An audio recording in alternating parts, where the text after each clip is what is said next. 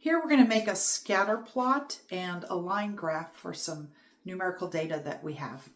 And the data is representing the average U.S. egg prices for the last 6 months of 2024.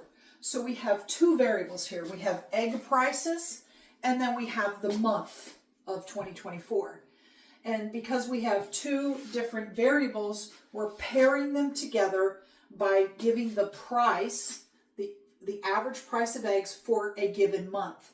So here in the 7th month, we have the price of eggs was $2.20. In August, the 8th month, it was $3.40.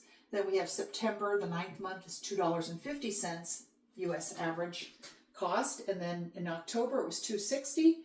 In November, it was $3.80. And in December, it was $4.40. So here's our data. And we're going to draw what we call a scatter plot.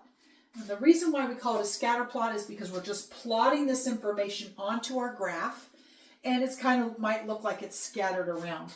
So here at 7, $2.20. So that would be right about here. Let's see here. And then the 8th month, $3.40. So that would be right about here.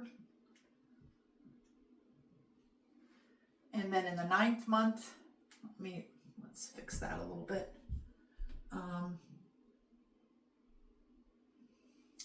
The 9th month, it's $2.50. So I go to 9 and I go up to my graph at about $2.50.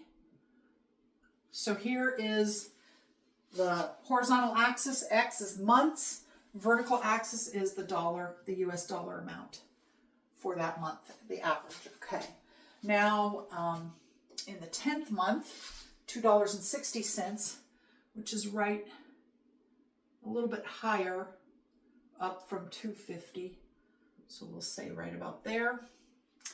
And then the 11th month, $3.80. So that's going to be up here. And then finally, in the 12th month, it's $4.40, which is right about here. Okay, so when you look at it like that, it's just a scatter of points on a graph. So that's called a scatter plot. Now, if you want to look at your graph and have it look a little bit more, be a little bit more readable or understandable, you might want to draw a line graph. And basically what you're doing is you just connect the dots so the information is presented in a way that makes a little more sense. So we're going to connect 7 to 8, and then 8 to 9 for the month, and then 9 to 10, 10 to 11, and 11 to 12. And by doing this, you can kind of see what happens. The prices are lower in July, and then they spike up in August, and then they drop down again, and then there's a very obvious rise towards the very end of the month, trending upward there. So that gives you, the line graph gives you a better representation than just a scatter plot. But when you first put the points on there, that's called a scatter plot. And then when you connect the dots in a logical way, that's called a line graph.